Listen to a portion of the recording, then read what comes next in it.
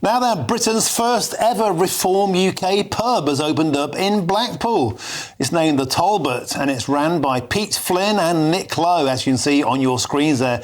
And it's fair to say it's caused quite a stir on social media. Some people love it, some people are foaming at the mouth. Is it a good idea and would you go there? Well, let's cross live and speak with the co-owners of the pub, Pete Flynn. Pete, welcome to the show. So I can see you're busily serving booze there to people in the Talbot. Tell us, what inspired you to start Britain's first ever Reform UK pub? Well, there had to be a Labour club built first. There had to be a Conservative club first. So we wanted to be the first Reform club because we're both Reform members. We know exactly what's going on. We love Nigel Farage. So, fantastic. Is it fair to say, Pete, that only Reform voters would be welcome in there? For example, if Jeremy Corbyn walked into a pub, there's probably a joke in that somewhere. If Jeremy Corbyn walked into a pub, would you serve him? He'd have to have his picture taken first and pay twice the price.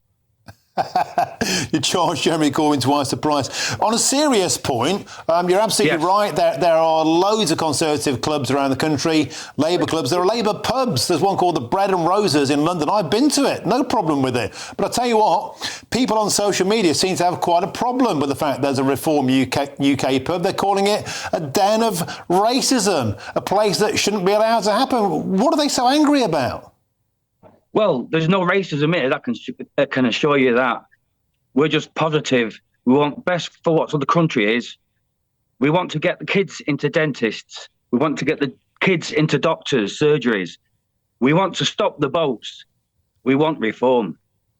And everyone that's speaking to me is telling me the same stories over and over again. So Pete, is it the kind of pub where you be holding political events? Is it pure politics, or is it just politics is it beer and pints with a side order of politics? Is it a recruitment centre? Is it membership only? Tell us more. It's not membership only. We are a pub. Anybody and everybody's welcome. If you want a side order of politics with your pint, I'm happy to help. And how long have you been open and what's the reaction been with locals there in Blackpool? The signs went up. Me and my business partner put them up weekend. So Monday was the first day and we're only on Tuesday now. And I'm on the telly. And how many punters you got in? What's the price of a pint? Let's get down to the brass tacks. Oh, we're currently, because of this, put any 2 pints, including Stella, for £6. We're running a promotion through all of May. £2? For any 2 pints.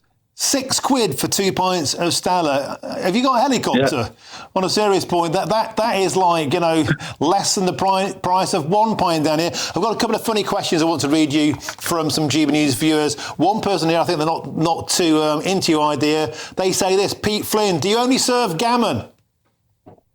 We serve gammon with 2 large duck eggs, and it's the best gammon in Blackpool.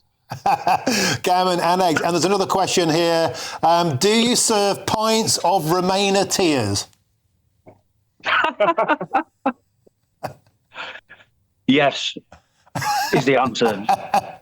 Do you know what, Pete Flynn? I don't normally give out business advice, but I think if you did have a microbrewery and you gave it a name, Remainer Tears, I think they would fly out the door. Look, it's dividing the nation. It's got us talking. You're up and running, maybe the first of many. Thank you very, very much for joining us today on the show. That's Pete Flynn there with some regulars at the Talbot. And it's an interesting point. Thank you very much for joining us. Isn't it an interesting point how, as I said, nobody's got any problem with there being a Conservative club. They're all over the shop. Who cares? People go there to be with their political soulmates. They go there for subsidised bars. And, yeah, there's a bit of politics. Same with the Labour Party. No problem whatsoever. But the very first time the Reform Party introduces its first pub, there's a huge social media backlash. I say good luck to anybody who's starting a pub in this day and age when they're all blooming well closing down. Put your politics to one side, lift a pint. Now, the Home Secretary, Yvette Cooper, has defended the language used by Sir Keir Starmer yesterday in a speech to unveil plans to cut immigration. Now, this comes amid the Prime Minister's comments yesterday, calling the UK an island of strangers without stricter controls in place. Well, are we already an island of strangers? Certainly in many towns. That's the question I'm going to put now to my next guest. I'm joined by the social policy analyst, great friend of the show, Dr. Rakib Ehsan. Welcome to the show, Rakib. Always a pleasure. I put it to you that the political left are clutching their pearls about something that's already happening in many, many parts of Britain. Indigenous people born in Britain, particularly the white working classes, already tell us all the time they feel like strangers in their own island. No, absolutely. And I think that a lot of people have complained about the language used by the Prime Minister in that speech on immigration. I suspect much of the British public would actually agree with that sentiment and would also think that the language was appropriate.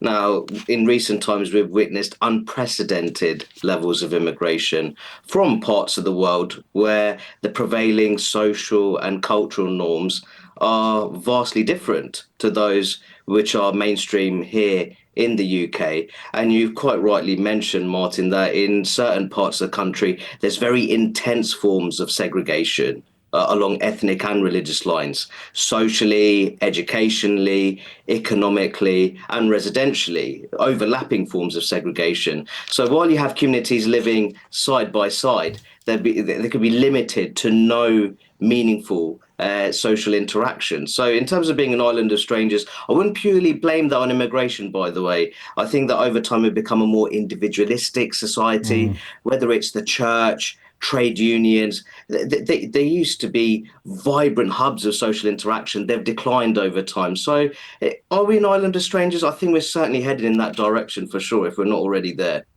And the data supports that. There was a report out in March, 2021 census data. So I expect actually 4 years later, it's even more exemplified. 1 million people in England cannot speak English well or at all.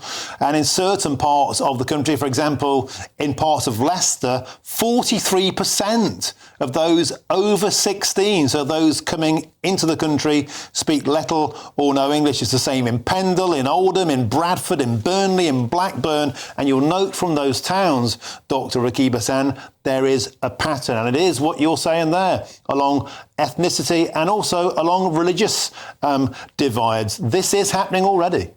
No, absolutely. And for a very long time, our immigration system has failed to prioritise English language proficiency the way it should have. And I think that's a very serious problem. I think that having a solid command of the English language enables social integration, making headway in the labour market, and also connecting to the host country in a civic and cultural sense too. I think that the real problem we have here is that the level of immigration has meant that there's this constant population churn where you have in the 2021 census, it was revealed that at the northern part of Leicester city centre, more than 3 in 5 residents had arrived in Leicester up to the 10 years leading up to the census, just in the last decade, which is quite remarkable. And I think that with that rapid population change, what you need is a stable national membership if you truly care about social trust and mutual respect. And it's very difficult to do that if you have an immigration system which is defined by a lack of quality and quantity control. Rakib, the measures made yesterday, the noises made by the Prime Minister, by Downing Street, having to have degree level, having to speak English, limiting the numbers coming in, do you think that will have any tangible impact on the situation in the short to near term?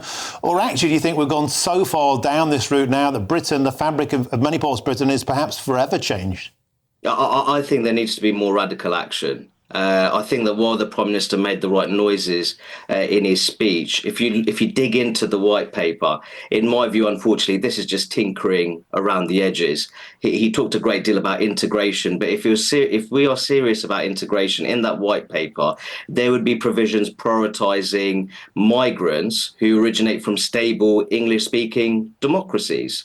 At the moment, we have large-scale migration from unstable parts of the world. I think that the cultural impact, people are very comfortable talking about the economic impacts of immigration. I think it's very important to talk about wage compression for lower-paid Britons, the lack of training opportunities because of that addiction to cheap foreign labour. But we need to talk about the cultural impacts. And the reality is immigration is a national security issue. And the fact that the term extremism didn't feature once in a 76-page white paper on immigration reform, in my view, is a very serious problem.